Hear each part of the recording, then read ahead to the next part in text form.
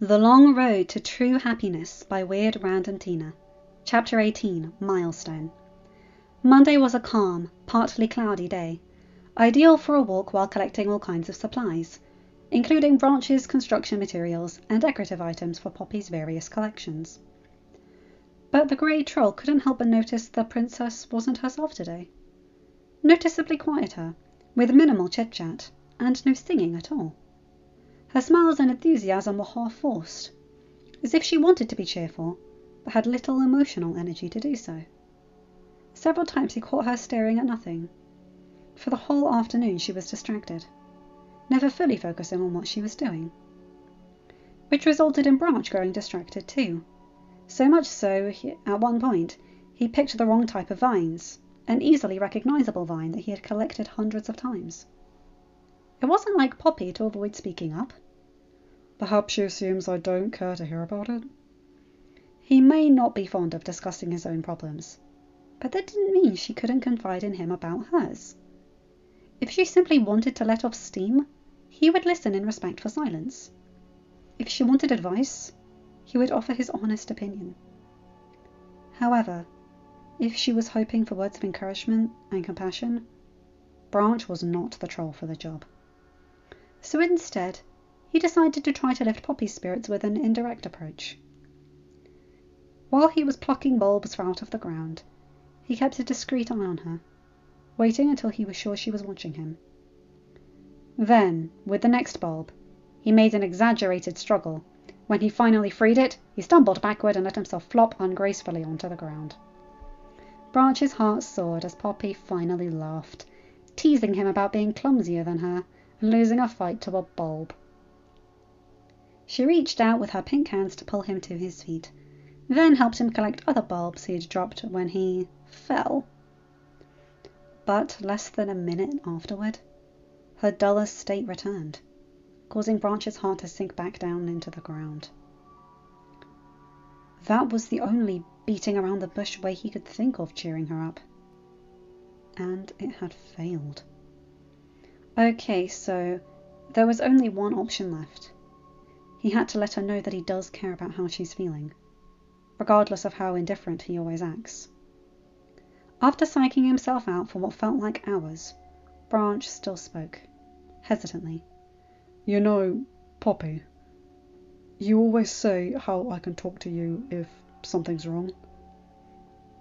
Well, the same goes for you. It took all of his courage to say that little bit, so he was hoping that he wouldn't have to elaborate. Thankfully, the look in Poppy's eyes showed that she understood his vague message.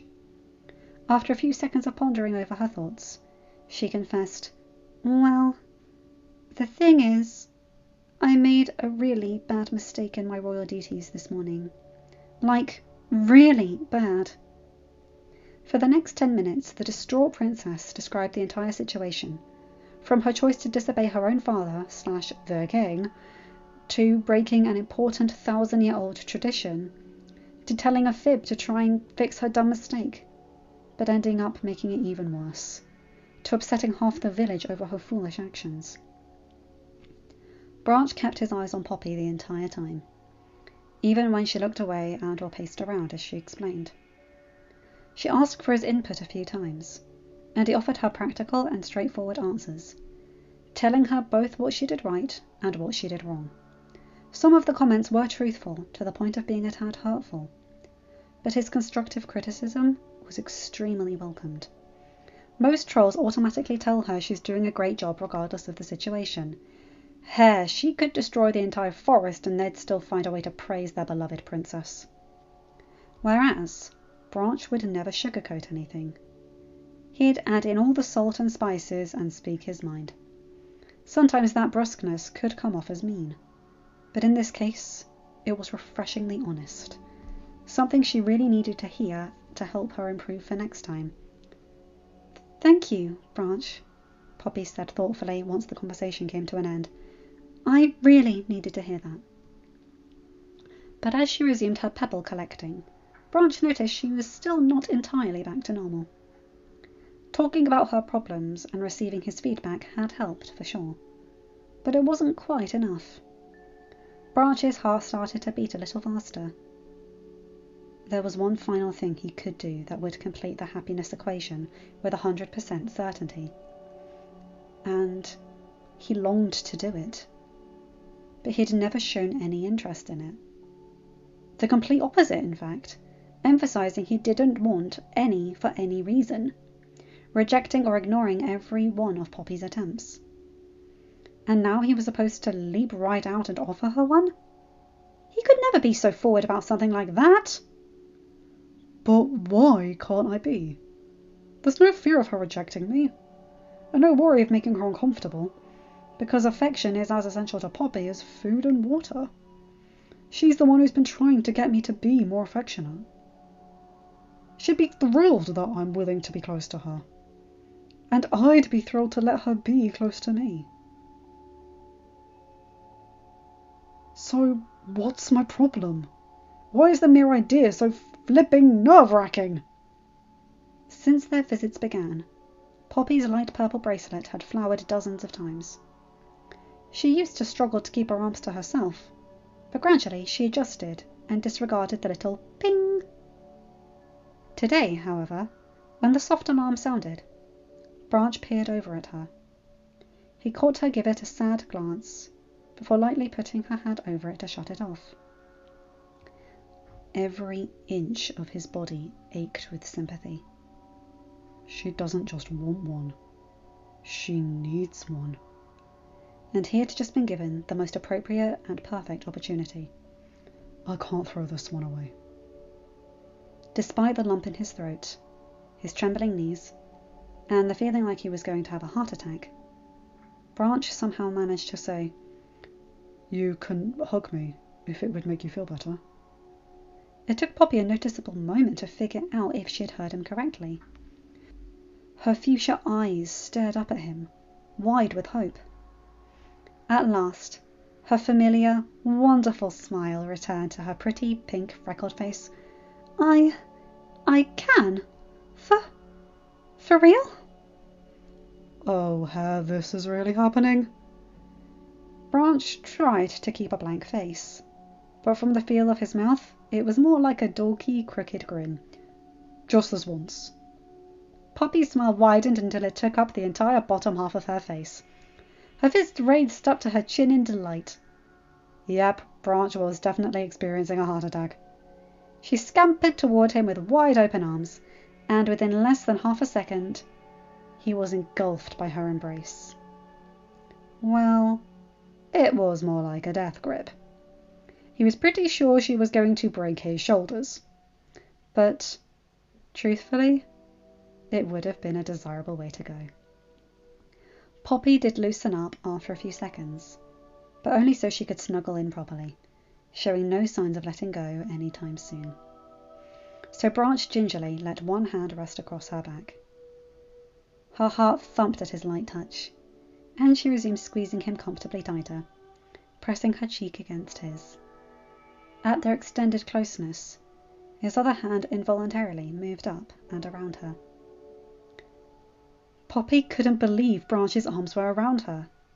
Very loosely, but still. She felt like she was floating on a cloud.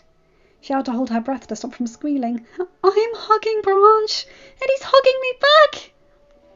Since there was no telling when she'd have this opportunity to be this close to him again, she took in every detail.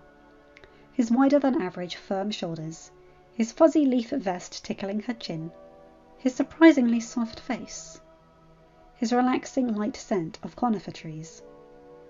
Branch closed his eyes, unaware of anything except Poppy's warmth and softness, and her gentle scent surrounding him, the distinct sweet fragrance of fresh strawberries.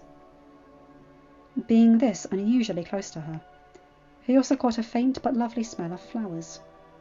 But before he could distinguish what kind, she'd pulled away, a giant smile still occupying her face. "Yay! Our first real hug!" She could hardly keep her little pink feet still. Branch rolled his eyes, trying to act unmoved, but internally being hair over heels. He didn't have much, if any, really, experience with hugs. But there was one thing about them he knew for sure. he could easily adjust to receiving them from a particular pink and magenta troll. That minor hug was more than enough to revive Poppy's sunniness. She was bouncing around like a bunny as she told him that he just made her day. Branch knew the princess tended to overuse that phrase, but perhaps this time he sort of did, and that made his heart flutter and skin tingle in the most pleasant way. Later that evening, Branch stopped into a little fabric store that he often visited, on the perimeter of the village. On his way to it, most trolls paid no mind to him, or offered him their usual half-hearted hellos or fake cheery greetings. Then he heard a silly but familiar voice call his name. It was Cooper, sitting on a nearby mushroom, accompanied by Guy Diamond and DJ Suki, who greeted him as well. Branch gave them a brief wave before continuing on his way. Unseen to him, the three trolls' jaws dropped open at his friendly response. Whenever anyone tried to acknowledge the grey troll, he would either ignore them, scowl at him, or tell them to leave him alone. Did you guys just see that? Suki asked in awe, her rose eyes bulging. I think Branch just waved at us. Genuinely. Guy replied in the same tone. And all this time I didn't think he knew how to wave. Copper added. Poppy must have taught him how. In a way, the long-necked, forward-legged troll was right. On his way out of the village, Branch then heard another voice. The voice of an angel. Branch! Hey, Branch, wait up! He turned to see Poppy rushing towards him, though he saw she was moving in slow motion. I was going to stop by your bunker, but since you're here, I can give you your present now. She slowed to a halt in front of him as she ended her sentence. Branch raised an eyebrow. Present? Yeah, I made it for you. She suddenly looked a bit uneasy. I hope you like it. It's kind of colourful, but there's not a speck of glitter, and no sound effects or anything, so... She reached into her hair and pulled out a small scrapbook. Branch held out his hands to receive it. It was half green with a brown border that resembled twigs, half pink with a blue flowered border. A little felt Branch and a little felt Poppy were on the cover, holding hands. But Branch was on the pink and blue flowered side, and Poppy was on the green and brown side. Above them was titled, A Growing Friendship, and underneath them, in some smaller text, said, Part 1. After a few seconds of scrutinizing, Branch glanced up at Poppy to see her staring anxiously at him, looking almost scared. For a second he was confused. Then it hit him.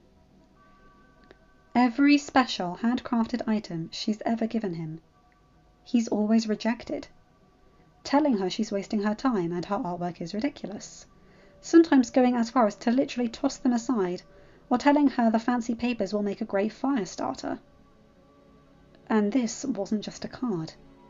It was an entire book. Swiftly, Branch spoke. Yes, I do like it. I really do. Thank you. I'll read it when I get home. At Poppy's brightening face, he smirked and added, Hopefully a little colour won't kill me. She laughed. Well, if it does, I will take full responsibility. Oh, that cute little sound she makes when she laughs. I could never tire of hearing it. Back in the bunker, Branch scrutinized the cover. Even though Poppy was a highly experienced crafter, she clearly spent a lot of time and effort on this. It was intricate and well made, and the fact she had switched their distinctive backgrounds really stood out to him. There was no way that was accidental. It must represent how we've learnt to get along despite our opposite personalities, and how we've experienced each other's distinctly different lifestyles. Creative and thoughtful. Branch had delicately opened the colourful book, taking his time with each page. The first illustrated the living area in his bunker, his couch, bookshelves, tables, with Poppy looking excited and Branch looking unimpressed. Our visits sure have changed since then. Folding that scene upwards revealed another underneath. They were outside going for a walk. then collecting berries, twigs, firewood, sap and herbs. Then with empty containers and all of these items floating around them. All the while, Poppy wore a happy face while Branches was neutral. On the second page, she was crafting alone on the couch. There were 2 pull tabs at the side. The first brought out Branch sitting beside her and reading. The second replaced Poppy with a smiling version looking at him. To think that last month I was afraid to even sit near her, and now this afternoon I offered her a hug. He let the wonderful memory of their arms around each other drift through his mind for a few seconds. The opposite page showed them contentedly talking about garden pests. White speech bubbles with images of damaged flowers, the pesky green and yellow beetles, and the chemicals and traps to remove them. Then, under that, portrayed in the absolute gentlest way possible, was their conflict, represented by a grumpy-looking Branch and a sad Poppy heading for the elevator. He was surprised she included this scene at all. The happy-go-lucky princess tended to overlook the bad and emphasize only the good. He also felt a stab of fresh guilt for getting mad at her over something so stupid. She hadn't done anything wrong. It hadn't been her fault. It was Branch being jealous and selfish and temperamental. She may have forgiven him for it, but that didn't mean he'd ever forget it. Next, Poppy had featured the apology, the greeting, shyly waving Poppy, a nervous Branch, the walk, looking away and looking nervous, and the time by the river, looking at each other with little smiles, her holding a cupcake and him holding a tart, while pop-up music notes floated around Poppy to indicate her singing. For the next scene, they were lying down on a fuzzy green patch of felt in the middle of a solid blue background. All around them there were multiple pull tabs to make varying cloud shapes appear out of the blue. Poppy's one arm had the ability to adjust to different positions, to make it look like she was pointing to different clouds. The following page was their first puzzle day, one big scene of an unfinished dark blue puzzle, with 2 pink hands and 2 grey hands hovering over it, each holding a puzzle piece. Underneath the entire scene, 3 other scenes could be pulled out with tabs. From the top was a grey hand giving a glass of water to a pink hand with a friendly yellow background. From the outer side revealed a scene number 2, the grey hand grabbing the pink one as it tried to leave, with an exclamation mark. Branch blushed at the memory. He'd really hoped she had forgotten that, but no, of course she didn't. The final scene, pulled out from underneath the others, was similar to the first, / top one. Except the puzzle was dark green, and the background was a brighter brown, and a little yellow trophy was beside the grey hands. After that, there was a brown gift box between a happy Poppy and a sad Branch. The little flat square flipped open to let several pop-ups bounce out. A muffin, a mini tart, a cookie, and a smiley heart hugging another smiley heart. Underneath, they worked on a colourful puzzle. The little felt images had their ears clearly overlapping, whereas in every other previous scene, the figures were clearly separate. Apparently the giddy princess was much more observant than he realised. How many other embarrassing fumbles did she notice? Next was the high five. Poppy's raised hand was stationary, while Branch's was attached to a tab that allowed it to be moved and contact hers. Beside that was him holding a mug, with her holding a matching mug with a pull tab to raise the mug to her mouth and make little smiley faces appear. Turning the page, he was greeted with a full pop-up image page of a dark scribbled-on squares to represent his paintings, as well as paintbrushes and cans floating around. In the centre was a pink Poppy face, with a round open mouth of astonishment. The following 2 pages consisted of a picture of each board game played, and the winner represented by a pink trophy with a blue flowered headband, or a grey trophy with brown and green patches. Connect 4 cupcakes, B. Vines and ladders, P. Babble, B. So sorry, P. Jolly Jenga, B. Strike 5 P and then B. She saved some room at the bottom of the second page to illustrate them batting a balloon back and forth, a little green felt balloon that was attached only by a string and could actually move around between the happy felt figures. Next up was a page full of large cards.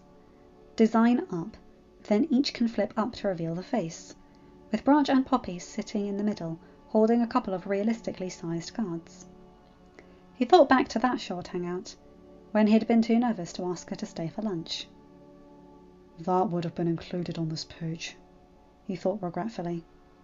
He allowed his imagination to wander for a bit, coming up with both good and not so good scenarios as how that lunch would have turned out. Eventually, Branch focused back onto the scrapbook. The next 2 pages contained a bunch of small scenes depicting their 10th day spent together, which she had to reschedule to a Saturday.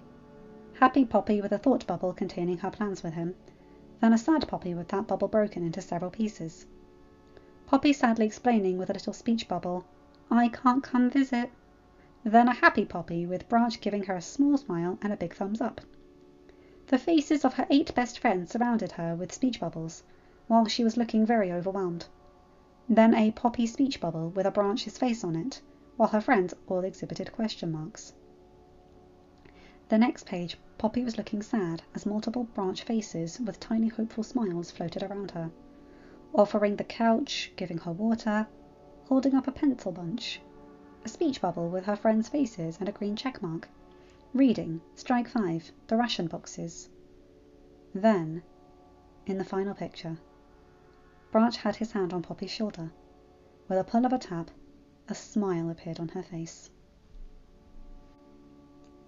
The following scene took up 2 pages as well.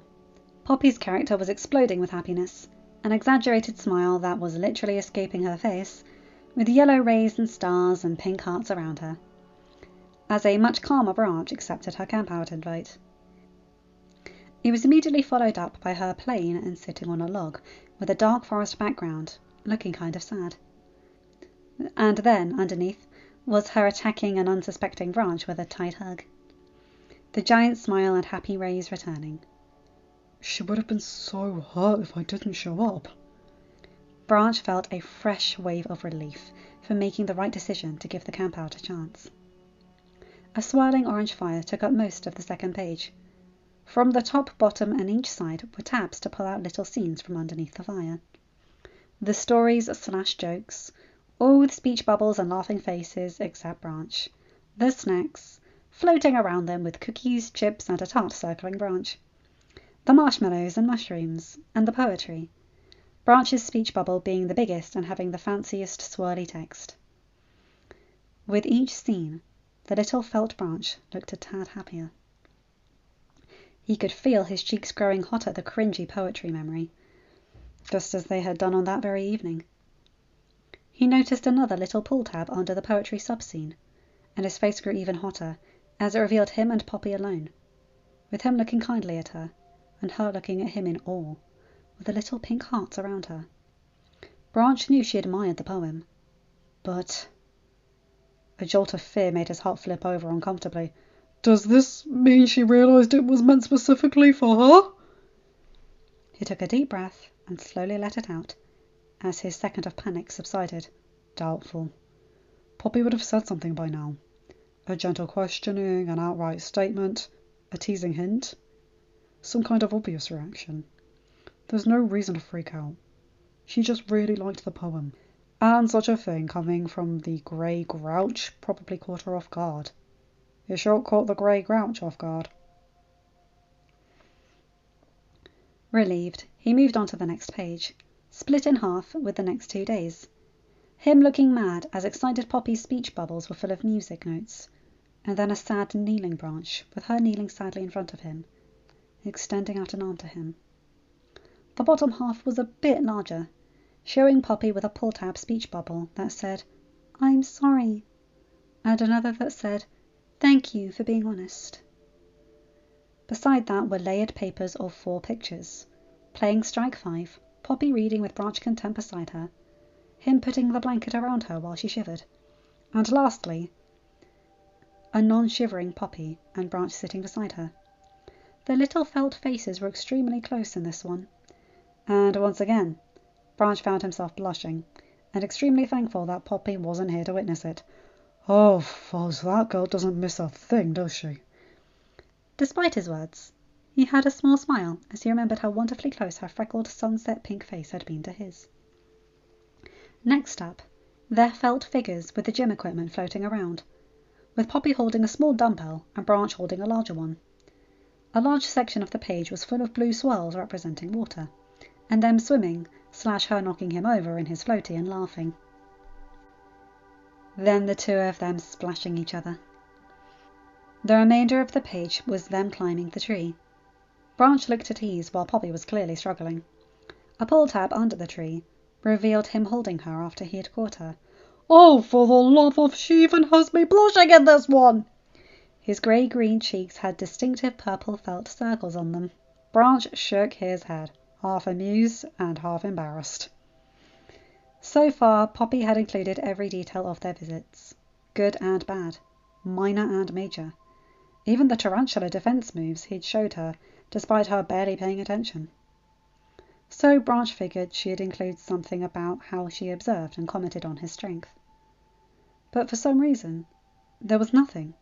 Not even a little pop-up or pull-tab. I suppose it wasn't big of a deal then.